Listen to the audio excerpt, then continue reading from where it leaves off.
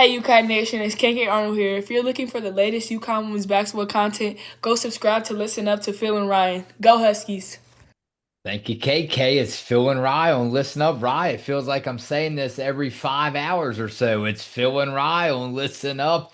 We finally catch a little break, you and I and the rest of our beautiful subs, the Yukon Nation, and the players. The players are the ones that are really putting in the work, right? And the coaching staff. So we catch a break after this game recap. We won't be back. We'll take a couple days off and we'll be back for the last check-in. But anyway, in this game recap, we are going to go over the great game, Rye, that you and I witnessed earlier today. And that was a final score of 85-51. The Connecticut Huskies over the South Florida Bulls. Rye, what was your biggest takeaway in this game? UConn didn't break out for the 100-point mark, but they didn't need it. They obviously rolled again behind a double double from who else? And you're going to tell us who that was. Amazing, quite amazing. And they said it right. Earlier today, I received an alert saying, we didn't think that she was this good. We just did not think. Can't wait for you and I to go up there next season to hopefully meet her, shout out to her. And I mean, what has she done? What hasn't she done is the question, right? So you're going to tell us who that is. And then we're going to get into the AP poll, that is, because we have a number two team that looks kind of sort of dangerous. I'm going to bring it up to you very quickly after you tell us about the Huskies and the Bulls today to see what you think because they're not on the schedule. The number two team is not on the schedule this year. But Rye, again, 85-51. What was your biggest takeaway? Because this game was it was a good one. Hats off to South Florida. I really enjoyed it.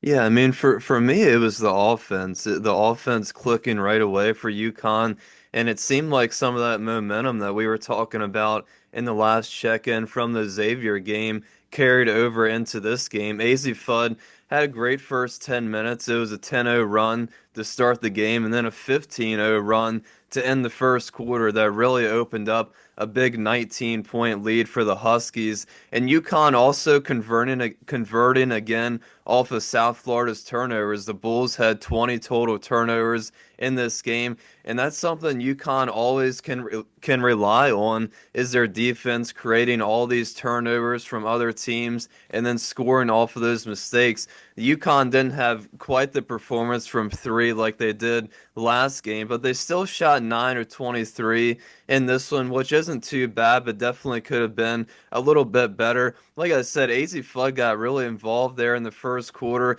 but didn't do too much after that, and she actually missed all four of her three-point attempts, so a little bit unusual from her. But there were a lot of great bench minutes tonight, highlighted by Blanca. Quinones had 13 points, 3 of 4 from three. Kaylee Heckel, Ali Zabel had 8 points each, and I thought when Jana and Khalees Fisher came into the game, they made some nice plays, played some good minutes with the minutes that they received, and Ashlyn Shade had another efficient night from the floor. She's definitely started to warm up the last couple of games, and of course Sarah Strong doing Sarah Strong things, getting a double double. But like you said, it's truly incredible what she's done all season long. Definitely putting her name in the hat for National Player of the Year. But it truly is incredible to watch her kind of just take her momentum from the last season into this season. We didn't really know how she was going to follow up that performance from her freshman year, but somehow she's following up pretty darn good this season. Now, South Florida did score some points there at the end of the game with the starters out for UConn, but overall, UConn, I think it was another good team win, good performances all around, and now, like you said, get a little break, a couple days off, and they return home with the 8-0 record and have another Big East game. Let's go over to the box score, Rye, like I always do for you in today's game. The three pointers for the Huskies, they shot pretty good, right? They were 9 of 23, 39% 3 points. And then they had, of course, from their free throw range, they were 12 of 18, about 66% from free throw. So, Rye again, and then of course field goals are about 50. So right on the half mark, right? 32 of 63. Rye, I want to shout out to South Florida's. Uh, Now hopefully I'm saying this right. I should have looked it up. I'm guilty of this. Lure Mputu. Laura Mputu, I want to shout out to her. She had led the way with 12 points, I believe. So, Laura, congratulations to her, right? I want to take this second because I heard a lot of rumors going around earlier today, not only about the great Sarah Williams, excuse me, not Sarah Williams, Sarah Strong, not only about her, about how great, we expected her to be great before she arrived, but man, I don't think anybody saw this coming, right? This is a true legend in the making. She has first round, first overall pick written all over her, right? But I want to switch it up very quickly. I usually don't do this before we get into comments. What about Texas? What about Texas? Because I heard a lot of rumors. Because the only reason why I bring this up, it's really looking like the days where, I recalled in one podcast, you and I sitting in a baby chairs eating baby food. That was when the Huskies, they couldn't lose even if they tried. We'll put it that way. Right now, you don't try to lose, but you know what I'm saying.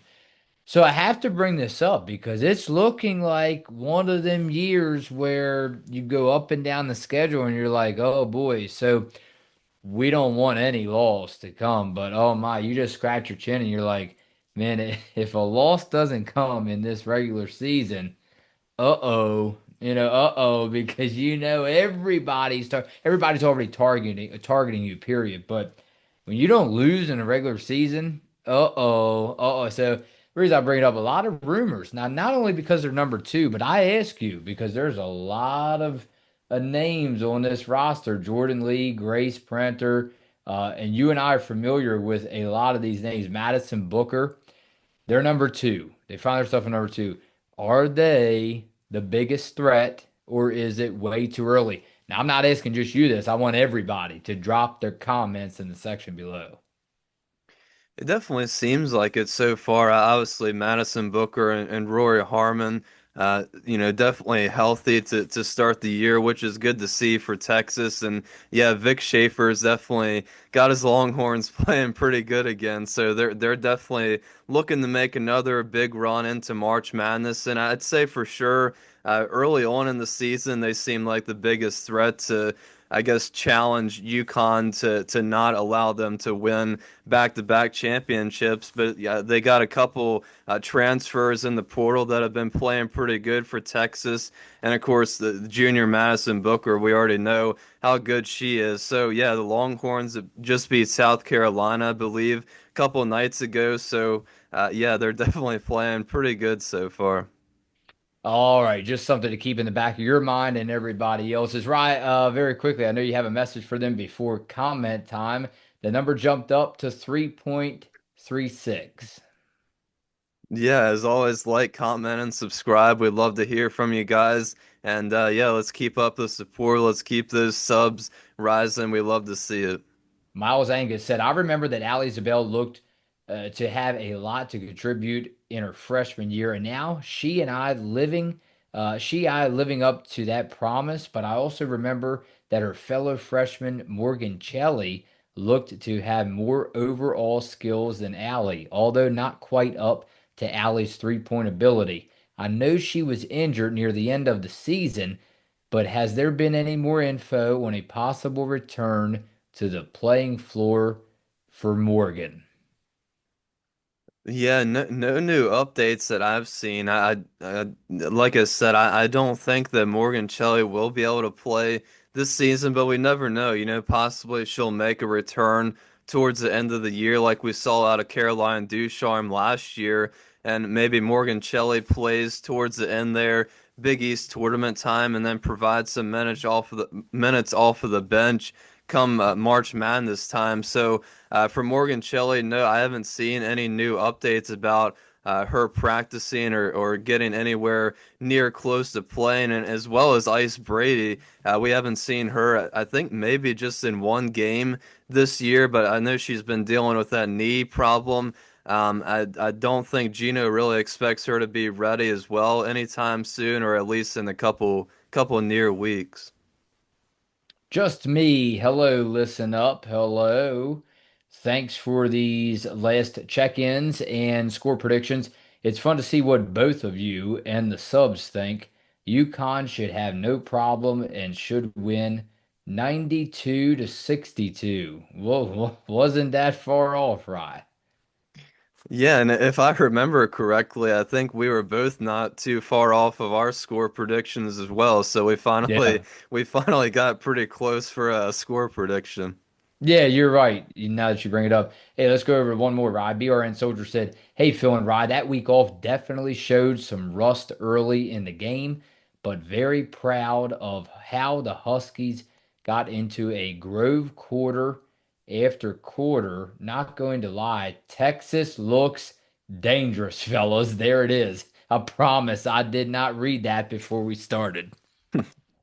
Yeah, yeah, for sure. They're definitely looking pretty good. UConn and Texas definitely seem like the number one and two teams so far this season. And of course, the week-long break. I think we're gonna get another break towards Christmas time. They get 7 or 8 days off, I believe. Still got 3 or 4 games before another week-long break for Christmas. So yeah, they're bringing out some games pretty close here for UConn, but get past those 4 games and they get another week off. Shout out to the Dancing with the Star crew, and they had the CMA Christmas ride, one of your favorite times of the year. Shout out to all of them on ABC. They did an incredible job to bring us in the holiday spirit. Right, it's back up north they go, all the way from Florida back up to Connecticut as the Depaul Blue Demons await. And I will see you on Friday the 5th. Phil and Rye on Listen Up.